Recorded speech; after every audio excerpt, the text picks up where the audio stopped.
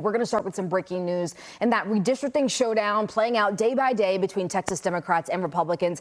We've learned that House Democrats are giving their list of demands, if you will, about what it will take to get them back here to Texas and back to work. We've got our Doug Dunbar live for us now in the newsroom. He's monitoring this as well. A lot happening within the last 2 hours, Doug. That's putting it mildly, Ken. Yeah, it feels like this thing is beginning to come to a head.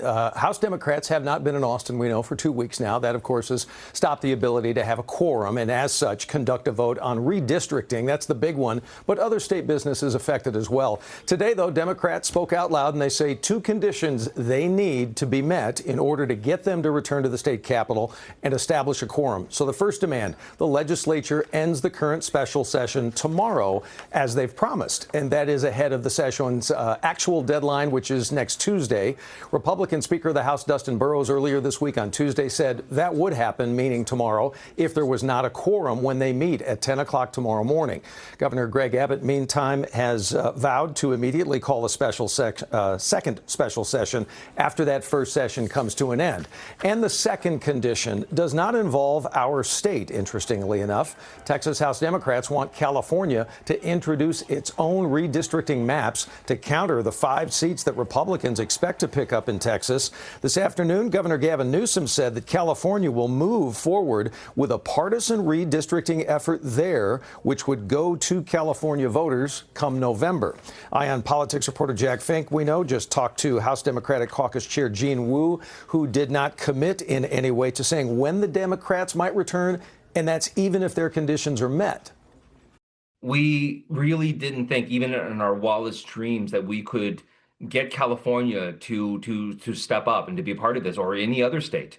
And we were really floored when they said that they would do it. Here's the thing.